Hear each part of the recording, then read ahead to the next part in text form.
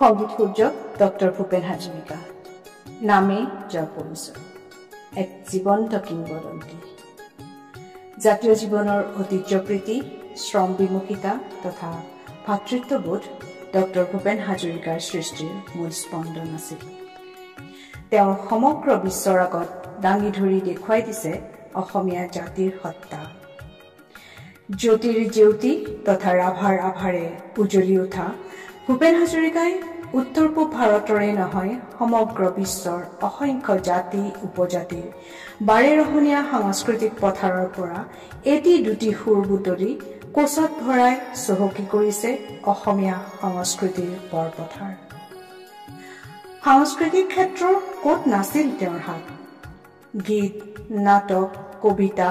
চলচ্চিত্ৰ চিত্ৰকলা সকলোতে সিদ্ধহস্ত আছিল আনকি তেওঁৰ সুৰীয়া কথাবোৰেও সকলোকে মুগ্ধ কৰি ৰাখিছিল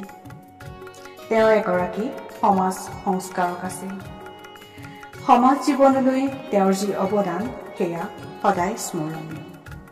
1948 চনত স্থাপন হোৱা গুৱাহাটী বিশ্ববিদ্যালয়ৰ উদ্বোধনী অনুষ্ঠানত তেখেতে গাইছিল জিলিকাব লুইতৰে পাৰ এন্ধাৰৰ ভেটা ভাঙি প্ৰাগজ্যোতিষত বয় জেউতি নিজৰাৰে ধাৰ 1960-61 চনৰ ভাষা আন্দোলনৰ সময়ত তেওঁ লিখিছিল মানুহে মানুহৰ বাবে যদিহে অকণো নেভাবে অকণো সহানুভূতিৰে ভাবিব কোনে নোপোৱা নিবনুৱাসকলক কৰ্মমুখী কৰিবলৈ তেওঁ তেওঁৰ ভাতৃ জয়ন্ত হাজৰিকাদেৱৰ সৈতে গাইছিল অটো ৰিক্সা চলাওঁ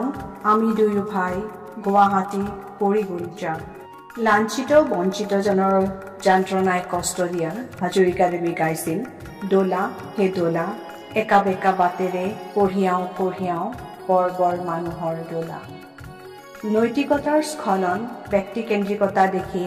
আপোন দুইখনকেই শংকৰী লিখিছিল তুমি যদি ব্ৰহ্মাৰে পুত্ৰ সেই পিতৃত্ব তেনে নাম মাত্ৰ নহ'লে প্ৰেৰণা নিদিয়া কিয় ভূপেন হাজৰিকাদেৱ প্ৰকৃততে মানৱতাবাদী আছিল কিন্তু তেওঁ নিজ মাতৃক আনৰ হাতত তুলি দিয়াটো কেতিয়াও নিবিচাৰিছিল সেয়ে তেওঁ লিখিছিল আমি অসমীয়া নহওঁ দুখীয়া বুলি সান্তনা লভিলে নহ'ব আৰু লিখিছিল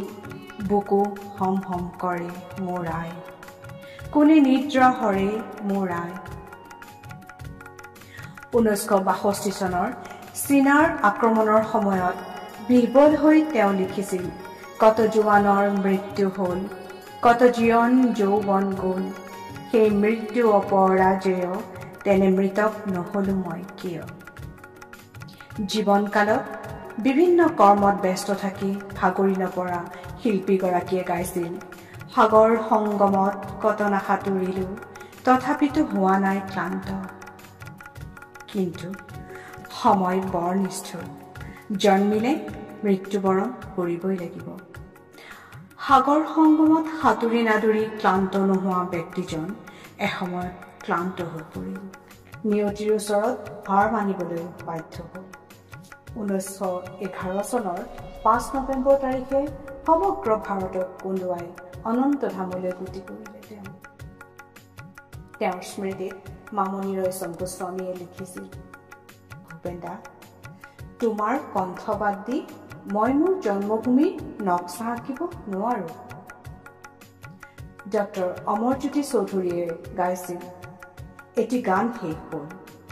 যি গানলৈ ৰৈ থাকে সমগ্ৰ জাতি সেই গান শেষ সমগ্ৰ জাতি ৰৈ থকা সেই গান শেষ হৈ গ'ল 1911 চনৰ 5 নৱেম্বৰ